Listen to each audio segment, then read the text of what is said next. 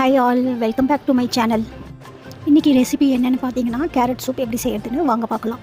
So carrot நான் ஒரு 8 to 9 carrots எடுத்திருக்கேன்.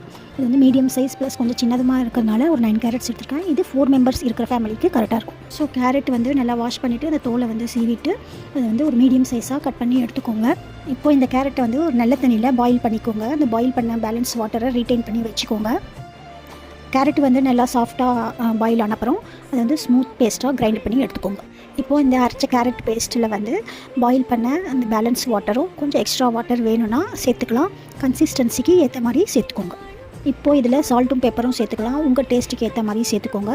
நான் பாயில் பண்ணும்போதே கொஞ்சம் சால்ட்டு போட்டிருக்கிறதுனால இப்போ கொஞ்சமாக போட்டுக்கிறேன். நான் கேரட் அரைக்கும் போது ஒரு 4 பீஸ் கேஷ்யூ சேர்த்துருக்கேன்.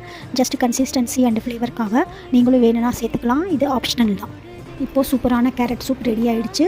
ட்ரை பண்ணி பார்த்துட்டு கமெண்ட்டில் சொல்லுங்கள். மறக்காமல் நம்ம சேனலை சப்ஸ்கிரைப் பண்ணிக்கோங்க. தேங்க்யூ.